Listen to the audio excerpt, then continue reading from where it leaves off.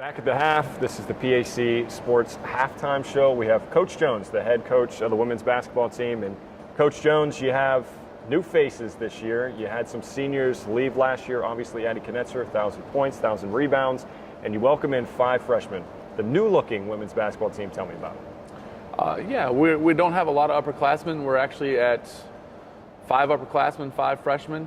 And it's a good, healthy mix, though, of different strengths and weaknesses. And we're just trying to, as we start through the season, we're going to have our ups and downs. We're aware of that. We're trying to have the downs not be too down.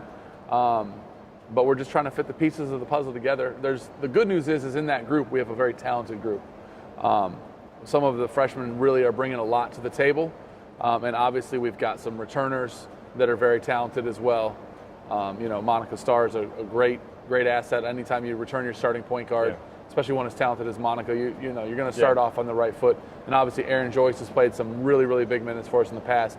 And Andrea Orlowski played a decent amount as a freshman and has done a nice job as a sophomore, stepping into a bigger role. So, and then some of our freshmen, like I said, are really talented. So we're trying to fit the pieces of that puzzle together. Sure.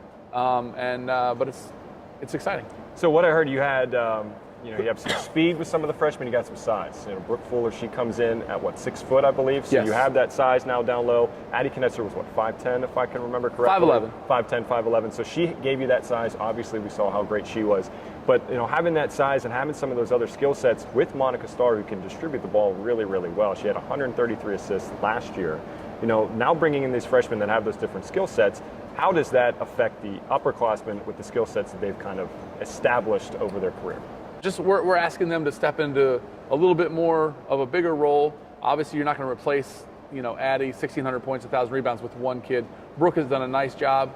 I honestly think the biggest adjustment is our guards. I won't use the lazy word. I would say we got lackadaisical because of who Addie was. We could just kind of throw the ball in the general direction of the post, and she was going to catch it. Yeah. So we've got to be a little more precise with our passing, which and that's not a bad thing at all. It's just that's one of the adjustments we've had to make is, it's not that strong jump out of the gym kid we had in Addie who, again, you just get the ball in the general direction. She was going to come down with it. So we got to be some set plays, maybe a little bit more focused on the technique rather than just So that's really been our biggest adjustment.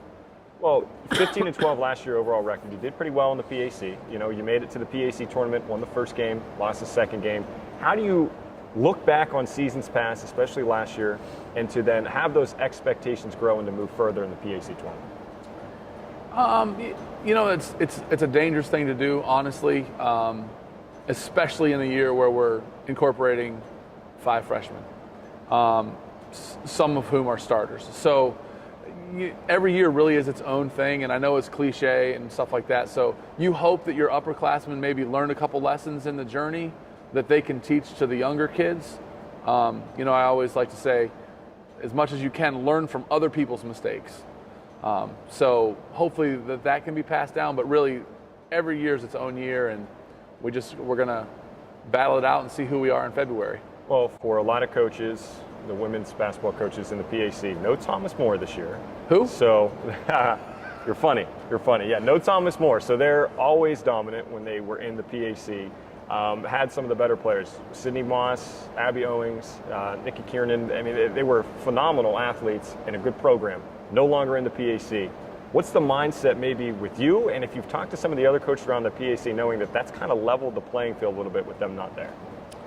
I think the exciting thing that's done for us, I mean, Thomas More obviously had a great program. They were a national power, not just in our conference, but nationally. I think the exciting thing is, the 4 seed now, whoever that ends up being, if they get hot at the right time, could actually make a run through the tournament and win the thing. Whereas, as much as we would all hate to admit it publicly, that probably was not the case when Thomas More was the 1 seed. Sure. But now that's a possibility. So that just adds an excitement and intrigue.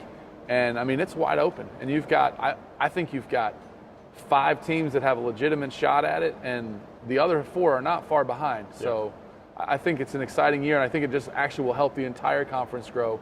And soon it will be 6 or 7 teams that have a shot at it, and it's going to be a battle every night. Now looking to the other teams in the PAC, who are some of the teams that stand out to you that maybe you kind of have circled on your calendar? These are the better teams that we know that we have to compete really, really hard against. Obviously, every single game, but there's certain teams that you circle and like, now this is the best one.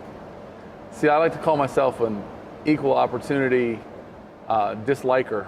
Okay. Because it's a nice way to put it. If you're in my conference, I dislike you.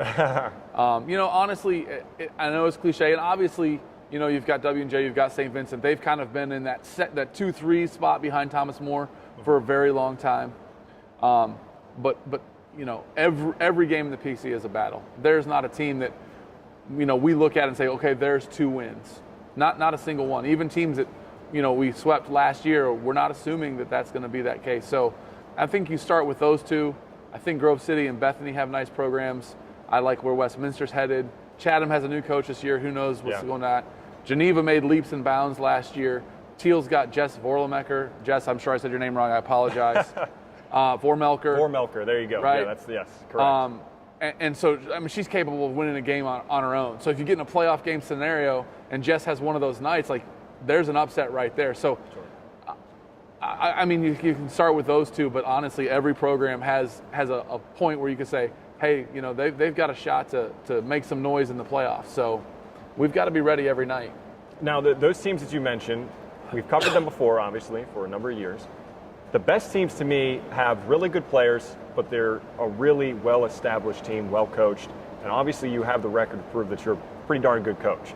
So you have some of these girls that are now freshmen, you have some of the seniors, the few that you have, but it seems as though this year in particular, it needs to be a total team effort, when in years past you could rely on Addie Knetzer and the list goes on. But now this year, how do you make it that team effort that you see some of these other teams are doing in the PAC to then keep on advancing in the PAC tournament?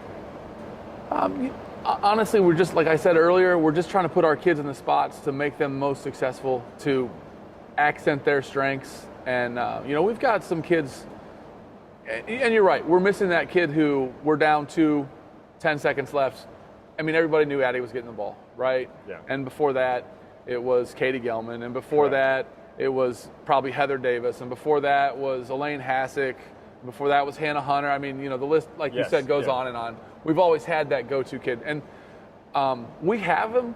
It just hasn't necessarily been established yet. Okay. So we're and even with Addie, I think what gets missed is, we had both our other seniors average double figures last year too. So, and then we had Monty at 9. So we had 4 kids basically in double figures most nights. So the focus went to Addie, but we never were a one-person team. So absolutely. I think that culture will just continue, and we'll just look for that next kid to maybe be that end of the game kid who everyone knows they're going to, and they just get the bucket anyways. And now we're going to get a little bit personal. Nothing too bad at all. So you're still the men's golf coach, correct? Men's and women's golf coach. Men's and women's golf coach. Okay. Golf facilitator. So you have the head coach, women's basketball team, coaching the men's and women's facilitator, so to speak. How do you manage all that? Some days not well. Some days not well. No, I have a great support staff on the basketball side. Coach P's been with me for 8 years. He does a really nice job. We welcomed Coach Jenkins to the fold this year. Yes. She played at Vanderbilt, so obviously she brings a level of expertise that is exciting to have, not only for myself, but the girls, really look up to her as someone that, she played at a really high level. Sure. So that helps me a lot. And then just the kids have done a great job of understanding. My golfers understand that in basketball season, they're not going to necessarily get all of my attention. And my basketball players understand that in September, I might not have an answer for them about October yet because I'm with golf. So it's a great support staff on the basketball side, and then just some understanding athletes who understand that I am kind of pulled in a couple directions. Quick, what would you say? So if you're hanging around with your friends Sunday afternoon, you get a text and you say, hey, do you want to come play a pickup game of basketball, or do you want to go shoot a round of golf? What would you say? What basketball. Would be your... Basketball. Without a doubt. Without a doubt. Without a doubt. No golf. I enjoy golf, but I love basketball. Okay.